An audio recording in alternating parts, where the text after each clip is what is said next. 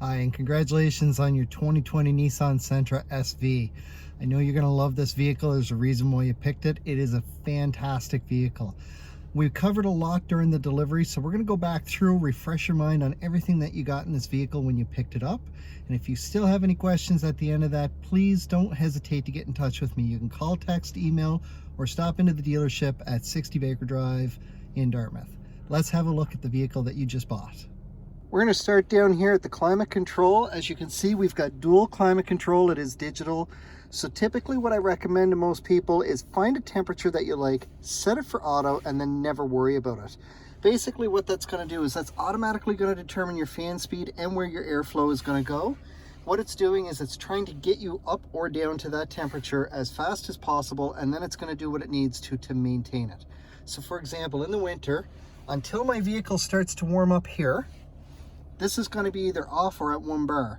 As soon as that starts to warm up there, that's going to climb all the way up, and the heat's going to be down on the floor, and it's going to be at full blast trying to get you up to that temperature as fast as possible. Once it starts getting closer to that temperature, your fan's going to start to dial back all on its own, and if necessary, it will switch where your airflow is going, and then it's just going to do what it has to maintain the temperature. It does the same thing in the summer. It's going to crank up right away, and it's going to be cool air that's coming out to try and get you down to that temperature. Your heated seats are right here. You can see there's high, low, and off. Now for your climate control, if you want to manually adjust it, you can adjust the fan speed here or where your airflow is going here. Although if you want it strictly on the windshield, it does have its own button here. Our rear defrost is right here, and that also activates your heated side mirrors. So the moment that I adjust my climate control manually with either of these buttons, it automatically turns auto off. I'm going to put that back on and just leave it where it's at because that's my preference. Right now everything is synced up. All I got to do is turn the dial or press the button to unsync it, and then each side can set their own temperature. Once your passenger hops out, feel free to reach over, hit sync, and it puts everything back to the driver's side setting. As we see down below here, we've got a couple USB ports. I've got a Type-C USB and my traditional USB, as well as an auxiliary port and a 12-volt power port. My Type-C, for anybody who has an Android phone, this is going to be a very familiar thing. It's what you charge your phone with. For anybody who's got an Apple phone, you're used to a lightning cord. You can get a cord that has a Type-C port on one end and an Apple port on the other end. What that's going to do is that's going to charge your phone even faster because the Type-C was designed to charge faster. Both of those will interact with Apple CarPlay and Android Auto, which this vehicle is equipped with. Moving up to the infotainment system, I can see right now I'm on the radio, and on FM I've got 12 presets that I can access. On satellite radio, which, there we go. Oh. Satellite radio, and excuse the multiple hits on the buttons, I've got 18 presets that I can set for it. So all kinds of options there, and satellite radio is free for the first 3 months. Now if I go into source, I can see I've got AM, FM, satellite radio, USB 1 and 2 that we saw down below, Bluetooth audio, auxiliary, and once you've connected your phone, depending on the type of phone that you have, Apple CarPlay and Android Auto will start showing up there as well. So we're just going to go back to FM and leave it there. Now this is where my backup camera is going to show up as well. I can get into the settings from right here. I want my predictive lines on because that's what I'm used to. However, I'm going to put it in reverse and we're probably going to be beeping. Nope. So we're just far enough away from the vehicle behind us. There's our backup camera. As I move my steering wheel, I can see my predictive lines show up with it. I have distance markers, green, yellow, and red hash marks. That's telling me how far away I am. You want to typically keep whatever's behind you above these red hash marks so that you have room to get into your trunk. It's going to leave you about 1 foot to 2 feet worth of space. As I start to back up, it's going to start to beep at me. So as you can hear, the beeping is getting faster. Once you get into that steady tone, if it has to, the automatic rear emergency braking will kick in and it will fully stop the vehicle, providing you are going 15 kilometers or less when you're backing up. Now, if for some reason you're going faster, the rear emergency braking will not kick in those circumstances. On my steering wheel, I can see my controls for my Bluetooth. So this one here is going to answer a call or hang up.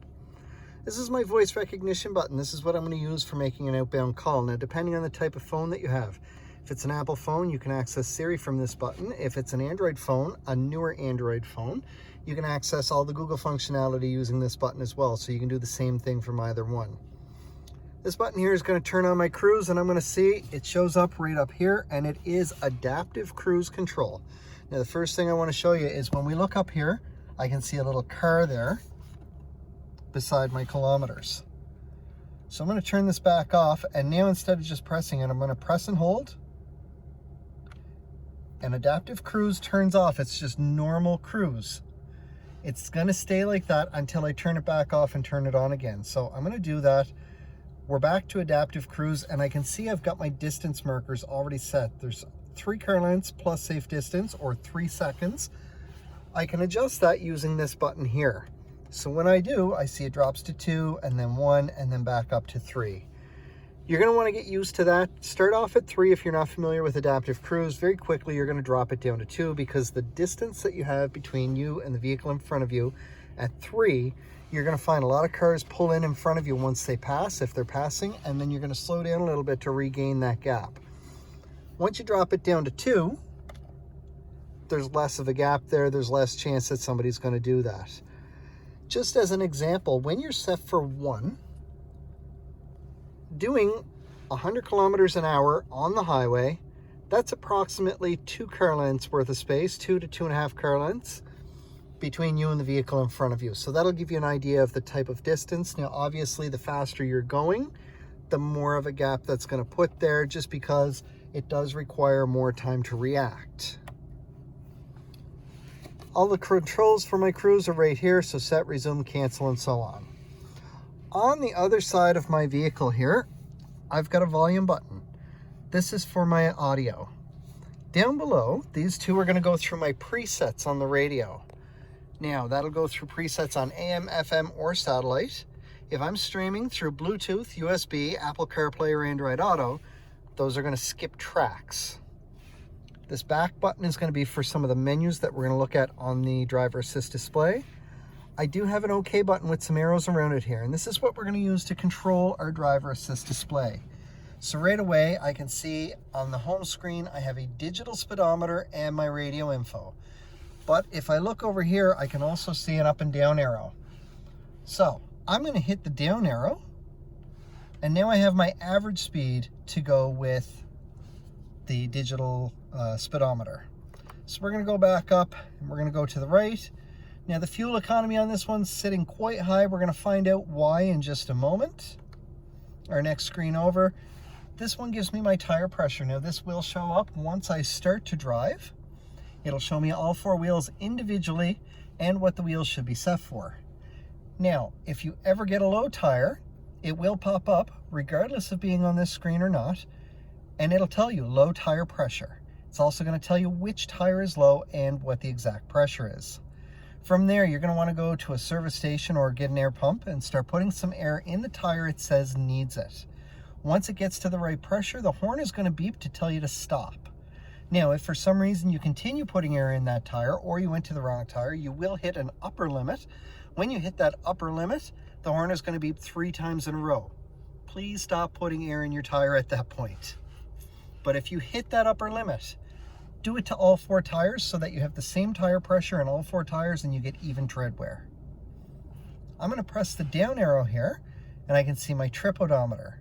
So we were at 13 liters per 100 kilometers, and that's because this vehicle has only gone 21 kilometers in 1 hour. So I'm going to reset this. I'm going to press and hold the OK button, and everything's reset. Now, if I go back 1 screen, I'm going to reset that as well, doing the exact same thing.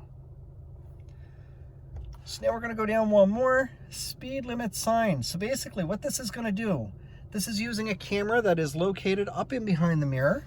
As you drive by a traffic sign that has your speed limit on it, it's going to post that here. It should post it up here as well when you're not on this screen. That way you always know what the speed limit is while you're driving. Our next screen over is our radio info. From this screen, you have total control of everything to do with your audio. So we saw already that we've got the volume button, we've got the buttons to go through our presets, but from this screen here, if I press the OK button right here, I can change the source of my audio. Now right now I have 4 options because these are the 4 main ones. Once I have something connected for Bluetooth, that becomes an option. If Android Auto or Apple CarPlay are hooked up, that's an option as well. So there are lots of options that I can go ahead and select. It's all right in front of me. It's designed to keep my eyes forward and on the road. Our next screen over to the right is for the adaptive cruise that we talked about. The last screen here is for our settings. Now I am going to change a couple settings here. I'm going to go down to vehicle settings and I'm going to go into locking. From there, I'm going to go down to auto door unlock. Now by default, Nissan vehicles will automatically unlock your doors when you turn the vehicle off. Most people I have found prefer that it unlocks when you shift into park, so that's what we're going to do right now. We're going to change that selection to shift to park, and we're going to press the back button here. And we're going to press it again, and I'm going to go down to wipers. Perfect. Speed dependent is already on. So I'm going to hit back a couple more times. I do want to go down to maintenance, and I'm going to go into oil and filter, and this one's already set. So if it's not set when you buy your vehicle, make sure that you set this to 8,000 kilometers. Your oil changes are supposed to be done every 6 months or every 8,000 kilometers. And if you have this set, it will prompt you every time that you hit a new 8,000 kilometer mark that you're due for an oil change. And when you go in, your mechanic should reset it for you. If they don't, all you got to do is move down, press OK, and it'll reset the left side of this number over here to start the count again. So I'm going to back out of here. And next up, we're going to have a look at some of the safety features that you are equipped with on this vehicle. All right, on this screen here, we saw we had the adaptive cruise. We see that we do have the little up and down arrow here. I want to go up. So this screen here is for all of your safety features. Your vehicle is equipped with automatic emergency braking in the front and forward collision warning. Your forward collision warning is something you will experience. I experience it a couple times a week. Basically what's going to happen is if you're approaching the car in front of you too quickly, it's going to beep at you inside the vehicle. What that means is perhaps the car up ahead of you is rounding a corner onto a different road or into a driveway. Inside the vehicle itself, it's going to beep at you because you're probably catching up to it very quickly, but you're not slowing down because you know it's going to be out of the way in time. That, or if the car in front of you starts to hit the brakes, the first part of the automatic emergency braking kicks in, and that's the forward collision warning, where because you're closing the gap so fast, it will beep at you inside. It will give you visual cues on this screen, depending on how close you are and how fast everything's happening. Could be yellow or it could be red. The automatic emergency braking is the next step after that, where the beeping gets louder and faster. You get into that red warning, and if necessary, it's going to start to apply the brakes for you. It's supposed to apply the brakes up to 60%, and if it's still not stopping, it will fully hit the brakes for you. This is to help avoid or minimize an oncoming collision. The whole system is designed to keep you safe. Now, that's using a sensor that is in the Nissan emblem in the front of the vehicle. It's a radar-driven system. There's a camera up in behind my mirror there. That's for my pedestrian detection. It's going to work the exact same way as the automatic emergency braking, but much, much faster. It's designed to detect a moving person. As it does, it's going to kick in that system, and it's going to be fully on the brakes right away. With the car in front of you for the automatic emergency braking, it still has forward momentum, so it only starts to apply the brakes. With the pedestrian detection, it fully applies the brakes because the person who's just walked out in front of you does not have forward momentum, and we're looking to keep from adding forward momentum to them. We don't want them to have forward momentum. Again, this is designed to avoid or minimize any type of impact. Now, I should let you know that for each of those systems, the moment your foot is on the brake, those systems do shut down. Although if the car does think that it needs to, it will kick in with the brake assist to help you brake a little harder if necessary. Now, through that same camera, You also have lane departure warning. So this is designed to read the lines on either side of the road. If you start to drift out of your lane, you have what's called a haptic steering wheel. It will vibrate in your hands if you start to drift out of your lane. It's the same as the rumble strip on the sides of the highway. So that's how that works. You have blind spot indicators on each side of your vehicle on the inside on the A-frame pillar.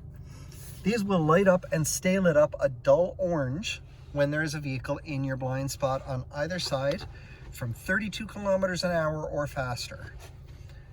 Now, while that's lit up, if you signal, so let's say for example, my driver's side is lit up, and while it's lit up, I signal to go left. My blind spot indicator is now going to start flashing, and it will give me an audible sound inside the vehicle, providing that my stereo is not up too loud for me to hear it. All of these safety features are going to give you visual indicators on this screen. Now your car is equipped with rear cross traffic detection. If you're backing out of a parking spot and there's anything coming towards you from either direction, within about 2 car lengths inside the vehicle, it's going to beep at you, and whichever side the movement is coming from, the blind spot indicator on that side of the vehicle is going to be flashing. Now, as we saw when we were in reverse, you have rear sonar and you have rear emergency braking.